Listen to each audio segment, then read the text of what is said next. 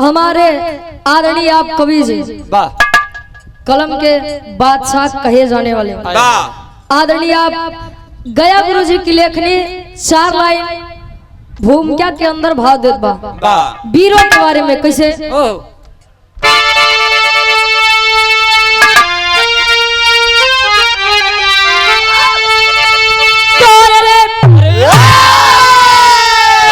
जिंदगी है बड़ी की बड़ा देश है कब तराजू में तोला गया कोई मरने जिसमें मरने जीने का जिसमें कलेजा रहा कीमती सबसे होता वतन का फरिश्ता मौत के आसियाने में जज्बा लिए नाप लेता है गोली से दुश्मन की छाती वतन के दीवाने यमन चाहते तो ऊंची गया की कलम है वहां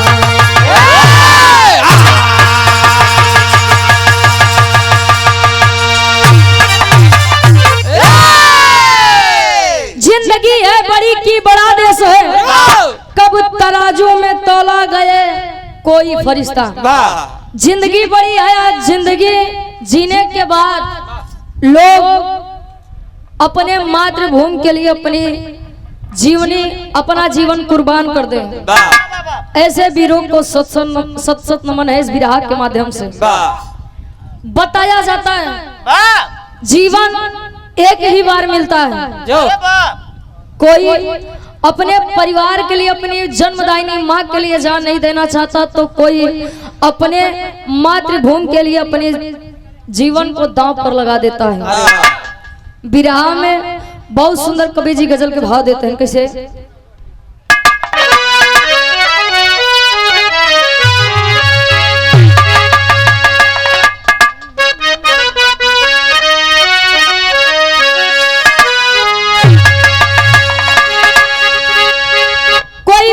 कहता है अरे जब तक प्रेम मोहब्बत इश्क रहन तब तक तो ठीक ही रहा लेकिन जब से लव हो गया तब से सब हो गया वो कैसे हो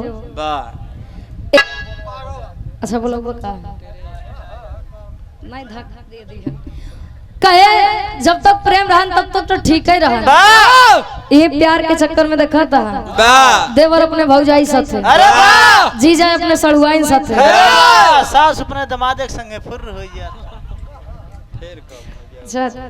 अच्छा इनकर सबसे पुरान हो जात बा कहता चाची भतीजा साथे बा अब धीरे धीरे का होई कुछ पता नहीं बा लड़कवा अपने प्रेमिका से कहे का कहे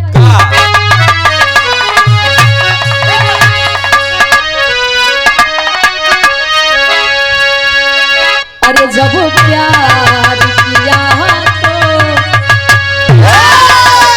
अरे जब प्यार किया तो डरना क्या जब प्यार किया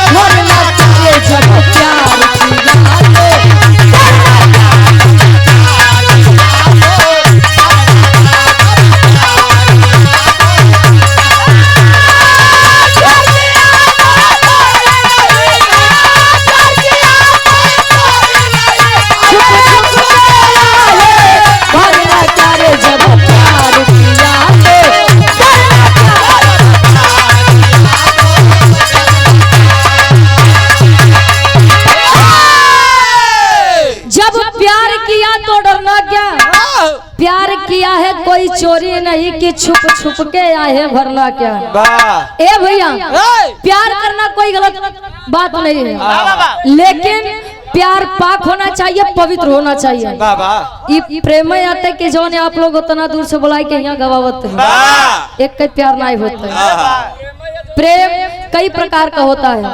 प्रेम या नीला ड्रम में चला जाता बेचारे। क्या करवा ये प्रेम के चक्कर में कितना जने देखा था। वाह क्यों घरे में मारा जाता है तो क्यों बहरे हनीमून पे ले जाए के मारा जाता वाह तो आज सबको दे नहीं है ना वो प्यार वाले के देने हैं। वाह लेकिन भाव पर गौर करेंगे, एक सच्चा वीर जो होता है, नौजवान युवक जो होता है, वाह उसके मन में जो जज्बा होता है कवि जी उसको बयां कर रहे हैं।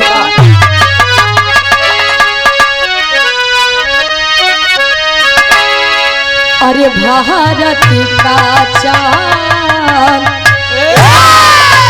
अरे भारत का चांद सितारा है, भारत का चांद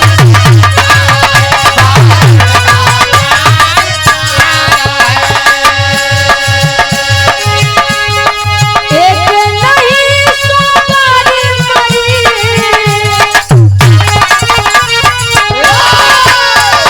एक नहीं सौ बारी मरी, जिसे वतन जान से प्यारा हो, भारत का चांद सितारा है, वाह।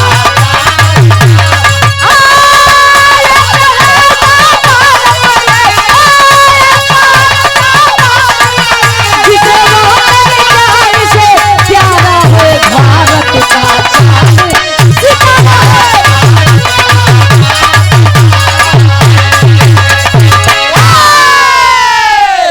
और पुनः हाथ जोड़ के विनम्र निवेदन है अब बाबू भैया लोगन से कि गाड़ी जकर भी हो HR26CN1052 शुद्ध में एकदम बोलत है, जकर भी गाड़ी हो आप लोग हटा ले, बार बार एक कई बात ना कहवा में असुविधा मत फैलाइए, हटा लीजिए आप लोग।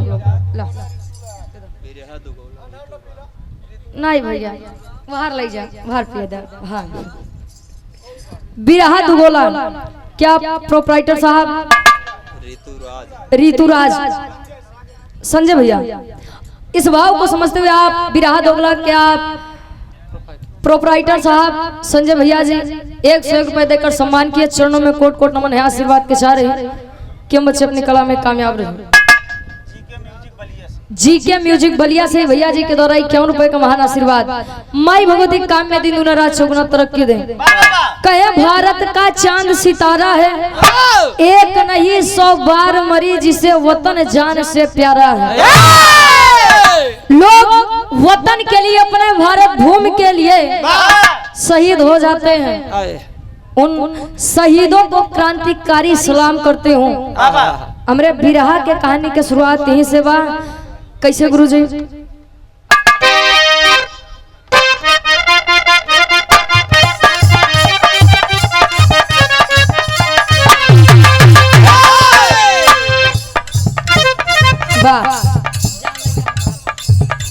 और आप आदरणीय परम सम्मानीय जंगल में सम्मान पाने वाले आप डॉक्टर ओम प्रकाश यादव जी पूर्व प्रधान ख्योसर से इस भाव को समझते हुए 500 रुपए का महान आशीर्वाद, चरणों में कोट कोट नमन है, आशीर्वाद के चारे कहे।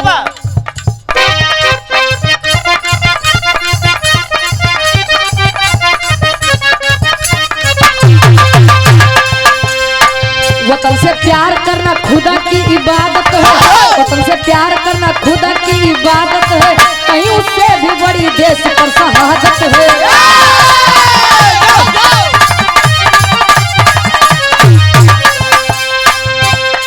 शहीदी खंड गाजीपुर को कहा जाता है, शहीदी खंड गाजीपुर को कहा जाता है, देश के सरहद पे जिससे अटूट नाता है।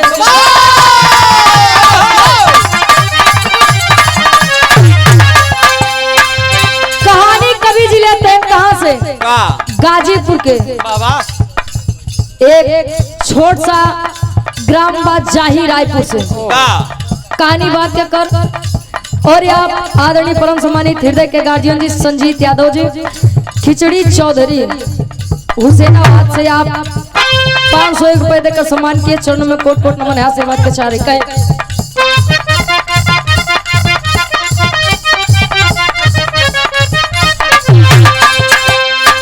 जाही ग्राम रायपुर में एक चांद खिला, जाही ग्राम रायपुर में एक चांद खिला, नाम है चंद्र लगे वहां से लाभे जोड़ मिला।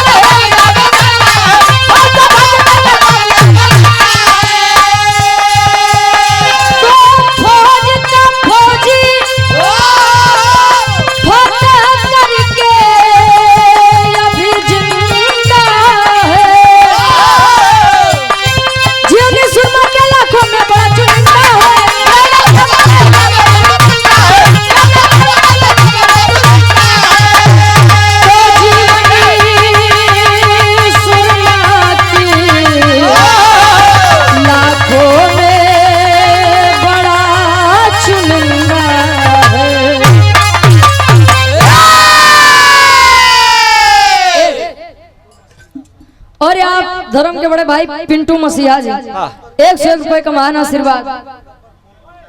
और गब्बर भैया जी फूल भंडार 51 रुपए देकर सम्मान किए। माई भगवती काम में दिन नाराज सोमनाथ तरक्की दे। कहानी क्या आप लोग समझ ला। शहीदी धरती गाजीपुर को कहा जाता है। यही गाजीपुर में रायपुर ग्राम जाही में एक छोट सा परिवार हुआ। परिवार के सदस्य आप बलराम यादव जी, धर्म पत्नी का नाम राजो देवी जी। दोनों पति पत्नी के बीच में 1891 में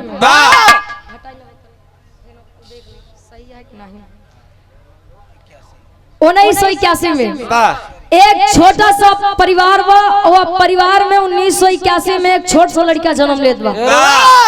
बच्चे का नाम चंद्रदेव बताया गया। और जब चंद्रदेव जन्म लेता है धीरे धीरे समय बीतत बा तो गांव जवार के लोग बतावत है चंद्रदेव जी बचपन से ही बहुत ज्यादा ही अपने देश के प्रति प्रेम रखते थे। देश के प्रति कुछ करने का एक अलग ही जज्बा था। एक लाइन गीत लगत बा कैसे गुरुजी।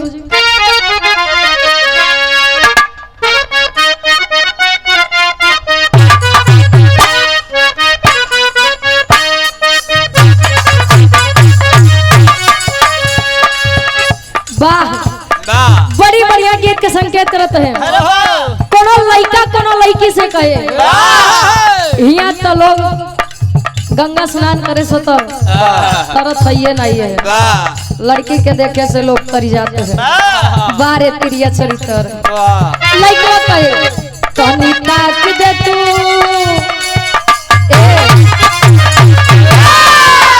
तनी ताक दे तू कपड़ा से मार जाई आई हो मार जाई बिना गंगा में नहाए हम तार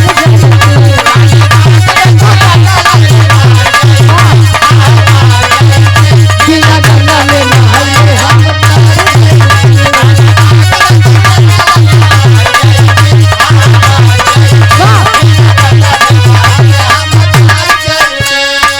लेकिन चंद्रदेव जी का हुनर है, उनका देश के प्रति जो अलग जज्बा है।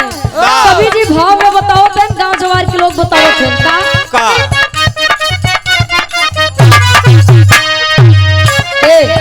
चंचल बचपन से बेटा चंद्रदेव रहले चंद्रदेव रहले ऐसा गाँव घर नगरिया के लोग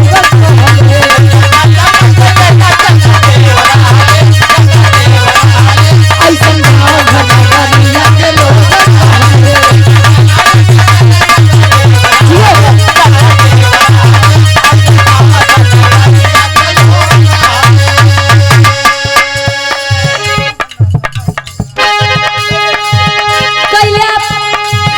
कैले पढ़ाई स्नातक पूरी और ये ज्यादा पढ़ना ना समझे जरूरी। कोनो नौकरी करब अपने आप कहले ऐसा गाँव घर नगरिया के लोग कहले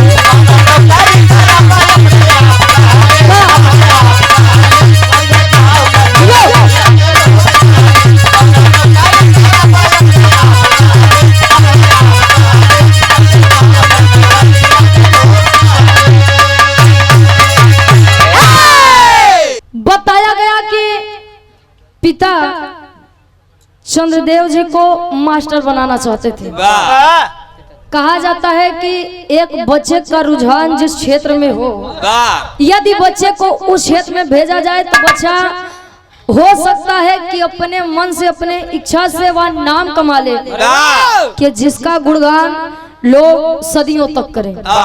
लेकिन कुछ पेरेंट्स, कुछ गार्जियन ऐसे होते हैं कि अपने सपने बच्चों में देखते हैं और अपना सपना पूरा करने के लिए बच्चों की बलि चढ़ा देते हैं। ए भैया, अब धीरे धीरे समय बीता। चंद्रदेव जी से उनके पिता कहे कि बेटा हम चाहते हैं कि आप मास्टर बन जाइए। बाबू से 6 महीने का समय मांगे कि पिताजी हमें 6 महीने का आप समय दीजिए, मैं कुछ ना कुछ कर लूंगा। 6 महीने का जब समय मांगे, धीरे धीरे समय बीतत बा। होत का बा गुरुजी, एक लाइन गीत लगत बा।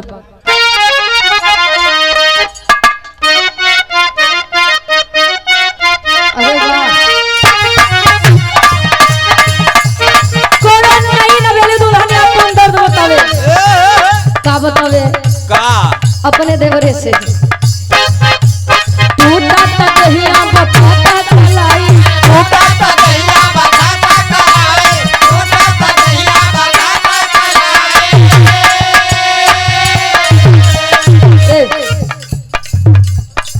क्या बतावे? टूटा तकहिया बताता कलाई, टूटा तकहिया बताता कलाई, टूटा तकहिया बताता कलाई। ले आवा देवरू दर्द के दवाई, ले आवा देवरू दर्द के दवाई, ले आवा देवरू दर्द के दवाई। टूटा तकहिया बताता कलाई, ले आवा देवरू दर्द के दवाई। अरे सूत नहीं लतिया सजिया सपने,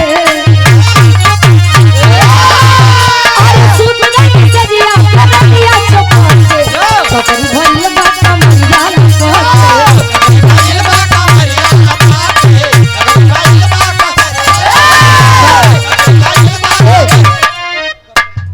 और सुनो इस बात को समझते हुए आप गब्बर भैया जी फूल भंडार। वाह वाह, 51 कोई का महान आशीर्वाद। माई भगवती आपके काम में दिन उला रात चौगुना तरक्की दे, ऐसे जहाँ रहा जनात रहा। लेकिन 6 महीने का समय बीता और धीरे धीरे समय बीता तो कृष्णपति इंटर कॉलेज से चंद्रदेव जी इंटर पास किया और वहीं से BA भी कंप्लीट किया। लेकिन होता था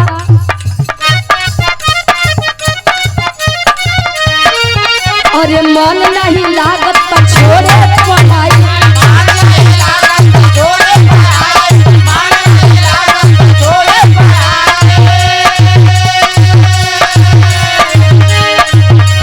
बुआ के लड़का से बढ़ल मिठाई,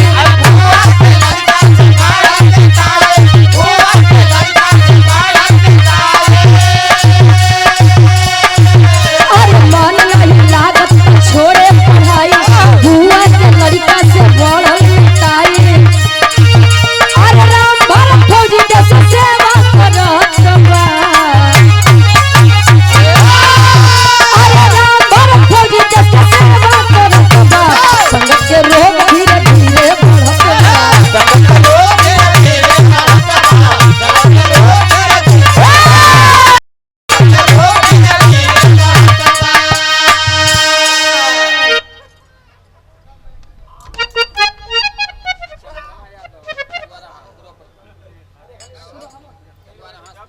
सुगरहा से आप चंद्रमा यादव जी प्रधान जी, वाह आपके द्वारा 500 रुपए का महान आशीर्वाद माई भगवती प्रधानी बरकरार रखे।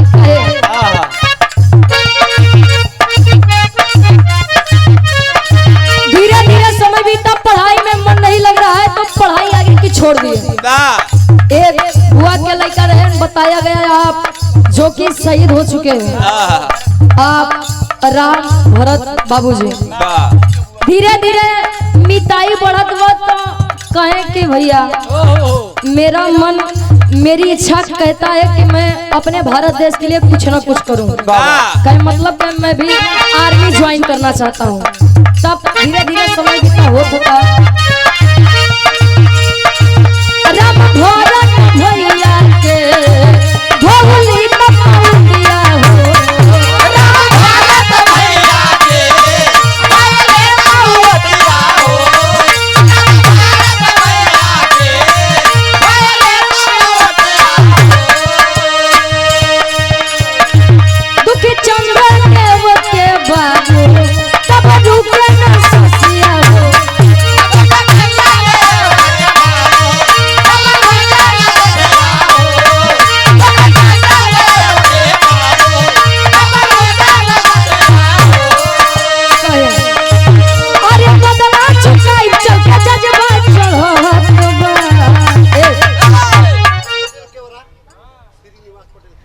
केवड़ा से आप श्री निवास पटेल जी, आपके द्वारा 200 रुपए का महान आशीर्वाद इस भाव को समझते हुए एक स्वर में सबके नाम से प्रणाम स्वीकार होता है।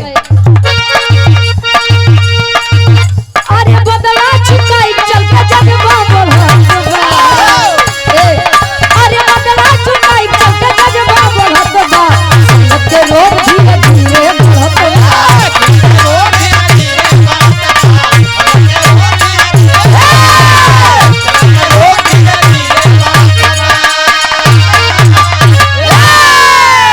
और आप आदरणीय परम सम्मानित गबर भैया जी फूल भंडार अब बस पैसा दे दे जान 51 रुपए का महान आशीर्वाद।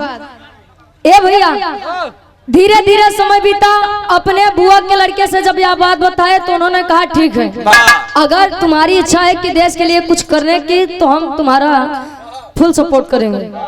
लेकिन भारत और पाकिस्तान के बीच में जब हमला हुआ, उसी हमले के दौरान राम भगत जी की आप मृत्यु हो गई, शहीद हो गए। जब शहीद हुए तब चंद्रदेव जी के मन में एक आग लग गई कि मैं इन पाकिस्तानियों से अपना बदला लूंगा जरूर। एक वीर होता वही है जो सदैव सामने से वार करे, ना कि पीछे से वार करे। अब जज्बा चढ़ गया कि मैं चाहे जैसे वतन के लिए कुछ करूंगा और इन पाकिस्तानियों की मैं खैर नहीं छोड़ूंगा। तब होता का गुरुजी एक लाइन गीत लगत बा,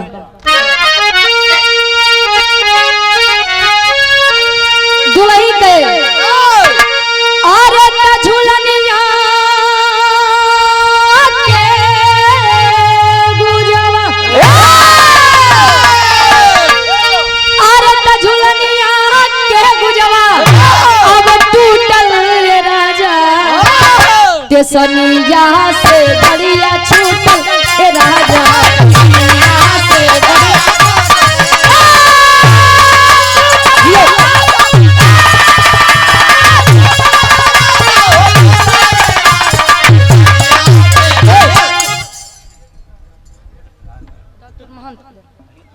और आप आदरणीय परम सम्मानित जन में सम्मान पाने वाले बहुत ही प्यार दुलार सम्मान मिला है आप डॉक्टर महंत यादव जी से। ढेर सारा महा पुरस्कार हजारों हजार रुपए देकर सम्मान किए। चरणों में कोट कोट नमन है, आशीर्वाद के चाह रही आप महेंद्र यादव भैया जी गाजीपुर से, आप फौजी साहब 51 रुपए का महान आशीर्वाद। और आपकी गब्बर भैया फूल भंडार 51 रुपए का महान आशीर्वाद। एक स्वर में सबके नमस्ते प्रणाम स्वीकार हो। लेकिन भाव में गौर करिए, चंद्रदेव जी आखिरकार अपने भारत देश के लिए कुछ करने को तैयार हुए।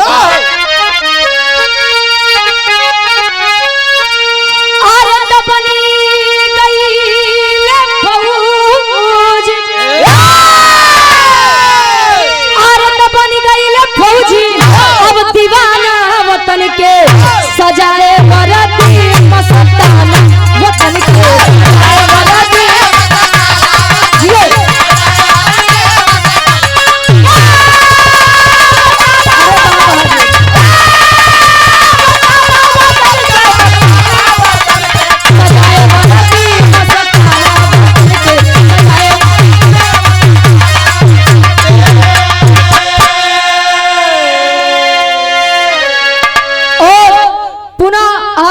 परम सम्मानित जंगल में सम्मान पाने वाले बहुत ही प्यारा स्वागत सम्मान हुआ। आप हृदय के गार्जियन जी, आप कन्हैया यादव जी, जिला पंचायत सदस्य, वर्तमान में वार्ड नंबर 11 से। ढेर सारा हमारे पुरस्कार हमें भी देकर और हमारी पार्टी को देकर सम्मान किए। बाबूजी नमो। बेनाम बादशाह, वाह।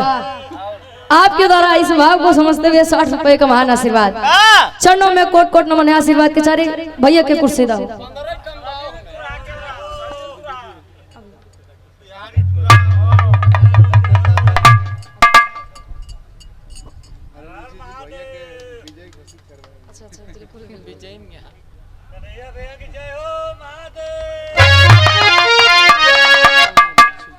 और आप डॉक्टर पवन यादव जी सुल्तानपुर से। वाह हमरे सुल्तानपुर। अच्छा हमके हमार सुल्तानपुर कहाँ से? आपके द्वारा ढेर सारा हमारा पुरस्कार एक बार ये आप लोग जोरदार तालियों के साथ स्वागत सम्मान करिए कन्हैया भैया जी के नाम से। जोरदार तालियों के साथ स्वागत सम्मान करिए। बजाओ भैया। बजाई ले जन आई तो अगले जन्म घूम घूम बजावत जाबे। कैसे हो? आए आए आए। अच्छा कहाँ बजेंगे? स्टेशन पर। अच्छा और ये आप आदरणीय परम सम्मानित पुनः इस भाव को समझते हुए आप धर्म के बड़े भाई गब्बर भैया जी फूल भंडार 51 रुपए का महान आशीर्वाद। पहली पोस्टिंग भाग कहाँ? अरे राज्य छत्तीसगढ़ में अब भइली पहली तैयारी तक खुनवा बहावे जहाँ रोज उतरता।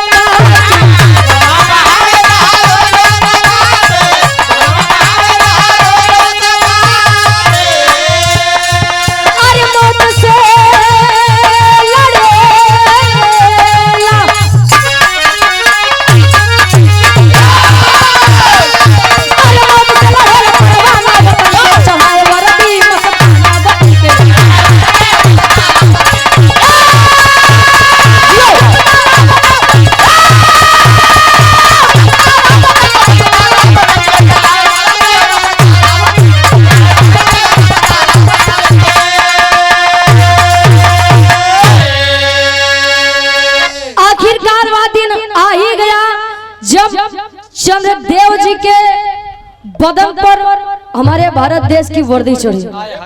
अब पहली पोस्टिंग भाग कहाँ? छत्तीसगढ़ में, जिसे नक्सलाइज एरिया कहा जाता है।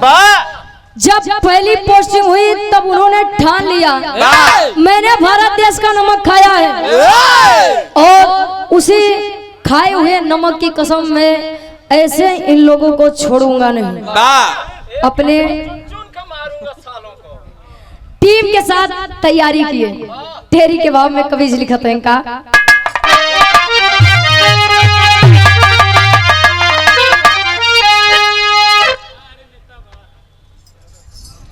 और आप आदरणीय परम सम्मानित बिरहा पुरोधाय आप गुरु गणेश अखाड़े के आप पूज्य गुरु जी आदरणीय आप राम खिलावन पुजारी दादा के संगीत प्रेमी आप बड़े भैया चंदन यादव जी छात्र नेता टीडी कॉलेज बलिया मुन्ना यादव राइफल शाहपुरवा बलिया से ये भैया जी के द्वारा इस भाव को समझते हुए 100 रुपए का महान आशीर्वाद।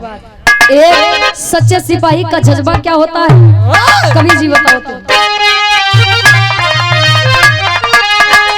अरे तब पुरुष के 16 पानी ना हो बाबू पुरुष के 16 पानी ना हो तो वतन के हवन कुंड में झुलसी भले जवानी अरे जवानी अरे जवानी।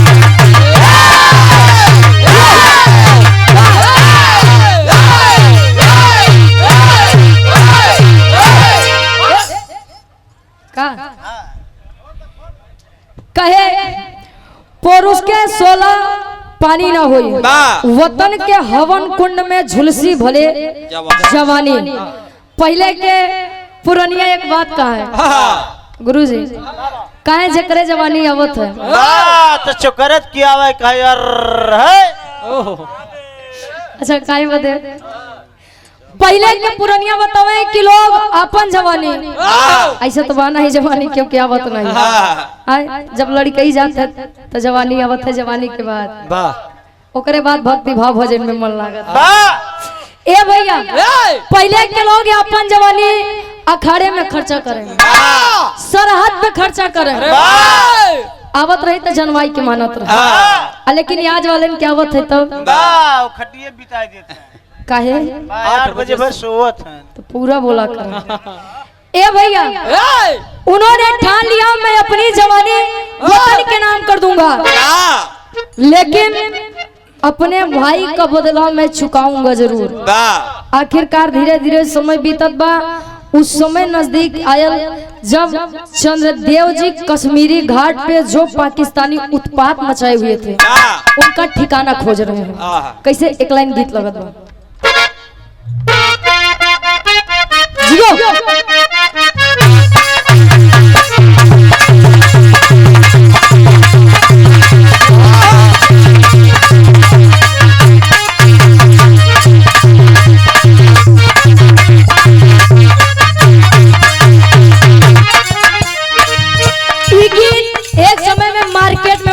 तहलका मचाई अरे वाह कोनो दुल्ही के दुल्हा नाच देखे के बड़ा शौकीन रहे जाए तो रात भर नचिए देखे वाह पार्टी पकड़ के सो दुल्हिया अपने दुल्हावा से कहा तो जब दुल्हावा घरे लौट के आए तो घोड़ारिया में का कहे गुरुजी का क्या बात है सांझी से नाच देखे भैया बारात में सांझी से नाच देखे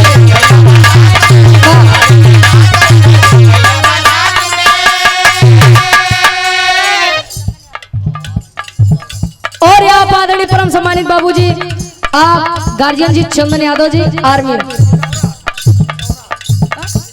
चित्तौरा से आर्मी से आप बाबूजी के द्वारा 101 रुपए का महान आशीर्वाद दुल्हिया करे सांझी से नाच देखे बारात में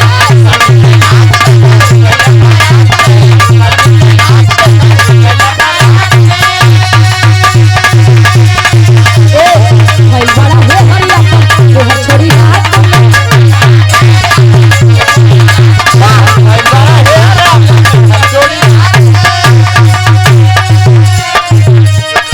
सांझी से नाच देखे भैया बारात में भाई बड़ा हे हरिया वो छोड़ी रात में ओनी एक बेला भोला हरिया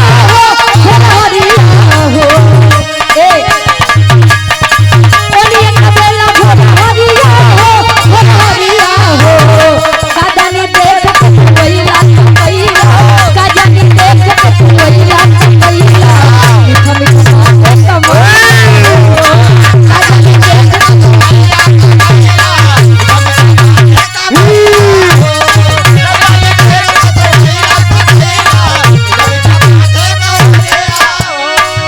और आदरणीय परम सम्मानित इस भाव को समझते हुए आप गार्जियन जी खिचड़ी चौधरी जी हुसैनाबाद से 101 रुपए का महान आशीर्वाद।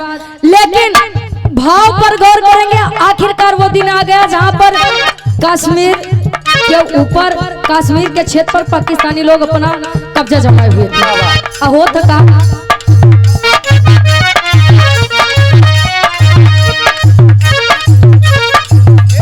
और यहाँ गार्जियन जी श्रवण यादव जी बहादुरपुर कारी बर्तर से 500 रुपए का मान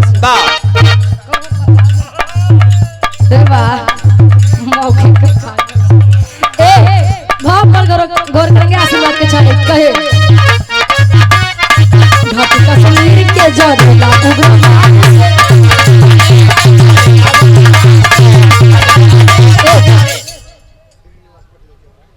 केवरा से आप आदरणीय परम सम्मानित आप श्री निवास पटेल जी पुनः 200 रुपए देकर सम्मान किए। चरणों में कोट कोट नमन आशीर्वाद के छा रही है।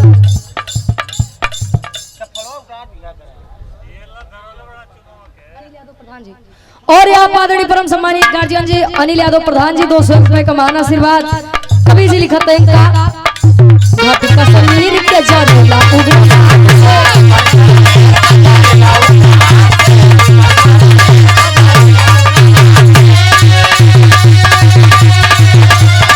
चलो चल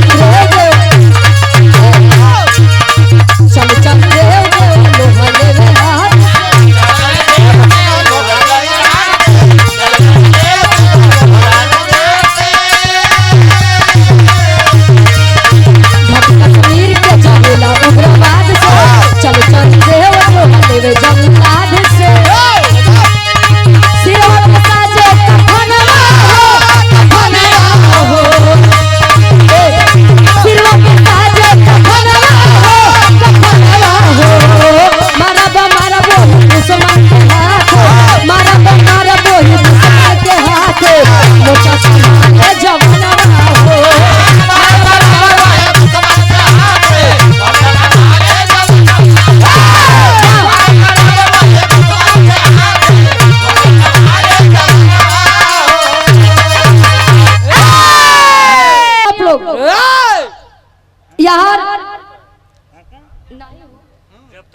घाटी कश्मीर में आतंकी का राज मिटाने के लिए चंद्रदेव जी सर पर कफन बांध लिए।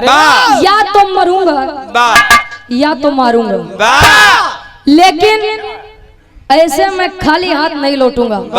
और हुआ क्या, 7 आतंकी को उन्होंने मार गिराया, एक आतंकी बच गया था जिसे मारने के लिए आप लोग जानते होंगे कि बॉर्डर पर तार से घेरा जाता है, उसी तार के ऊंचाई से कूद करके उस एक आतंकी को मार गिराया।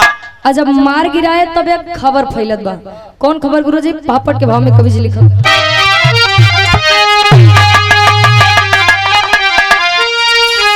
अरे चंद देव बन चलले वतन दीवाना देशवा जानेला। अरे चंद देव बन चलले वतन दीवाना दाना देशवा के खा के हर किस भटकना हर दाना देशवा के।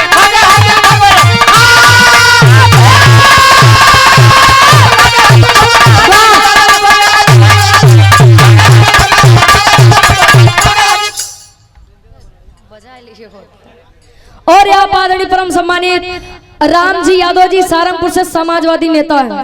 आप भैया जी के द्वारा इस भाव को समझते हुए 101 रुपए का महान आशीर्वाद। और आप आदरणीय परम सम्मानित धर्म के बड़े भाई गार्जियन जी सुशील यादव जी गोपाल जी जिला पंचायत पद प्रत्याशी वार्ड नंबर 16 से 101 रुपए देकर सम्मान किए। तैयारी बनाइए भैया। कहे अरे जहाँ झंडा पाकिस्तान के फहरावे अभिमानी हो, ये हाथ में वतन तिरंगा चल भइले सैतानी हो। अरे खौलत तेल में भलही करे नहाना दहाना देशवा के। अरे खौलत तेल में भलही करे नहाना दहाना देशवा के खा के हर किस भरना हर दाना देशवा के।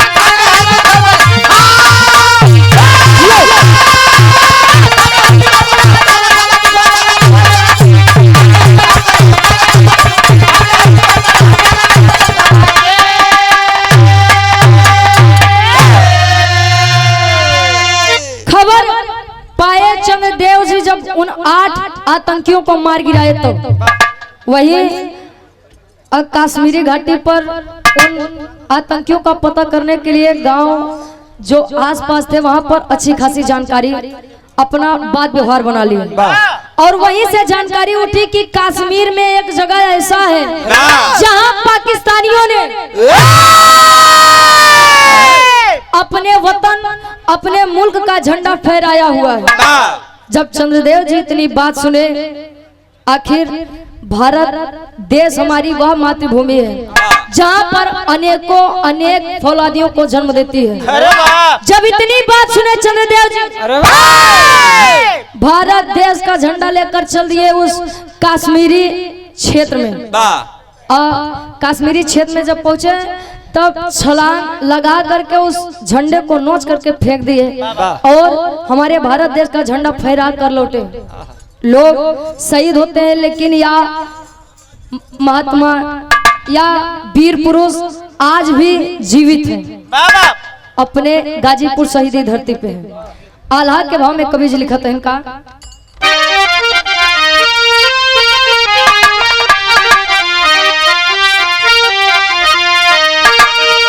अरे सूर्य के रोशनिया के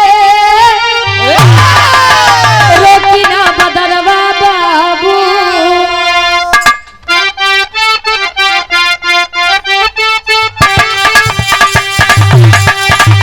अरे गगरी आई ना सगरवा के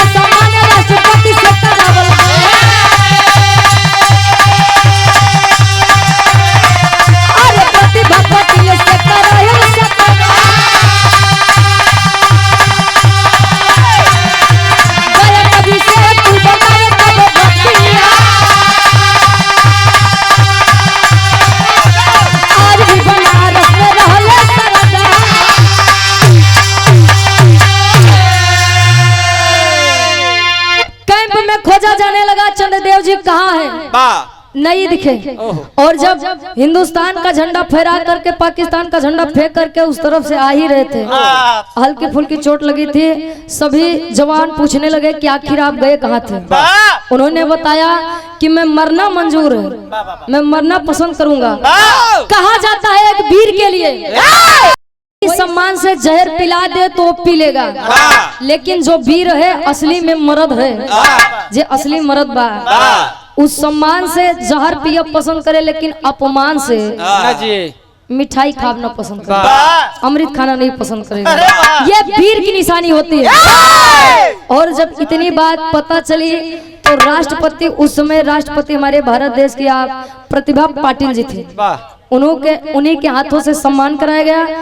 आज भी वह वीर पुरुष बनारस में है। आप हमारे आदरणीय आप गया गुरु जी से उनकी बातचीत भी होती है। उन्होंने अपने मुख से अपनी जीवनी को बयां किया है और हमारे कवि जी ने इस कलम के माध्यम से उन वीर का बखान किया है। आखिरी में खड़ी के भाव में कवि जी लिखा था,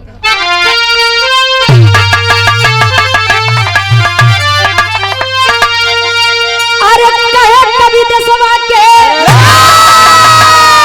अरे कहे कवि देशवा के ज्वलंत जवानी मिल गई। अरे कहे कवि देशवा के ज्वलंत जवानी मिल गई, बागी चंद्रदेव के बिरल एक कहानी मिल गई।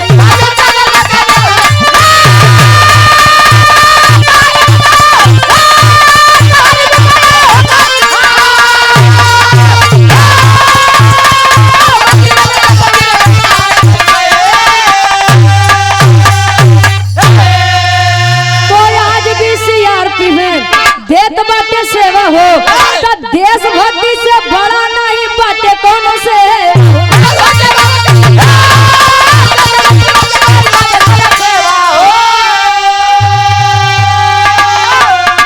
अरे तो हौसला के हल्दी घाटी अब जुबानी मिल गई, तो हौसला के हल्दी घाटी से अब जुबानी मिल गई, तो बागी चंद्रदेव के बिरल एक कहानी मिल गई। आज भी सीआरपीएफ कैंप बनारस में देशभक्ति के लिए काम करते हैं और पुनः मैं सत नमन करूंगी ऐसे वीर जवानों को जो हमारे भारत देश के लिए अपनी जान को कुर्बान कर देते हैं। तब हम और आप लोग इतने आराम से बैठ करके अपने घर पर अपनों के बीच में रहते हैं। सलाम है। एक बार आप लोग उन वीर जवानों के लिए जोरदार तालियों के साथ स्वागत सम्मान करिए। आखिरी में खानदान के परिचय के बाद बड़का भैया के नंबर है। गुरु बिहारी गुरु गणेश, अब धन मेरा हिंदुस्तान।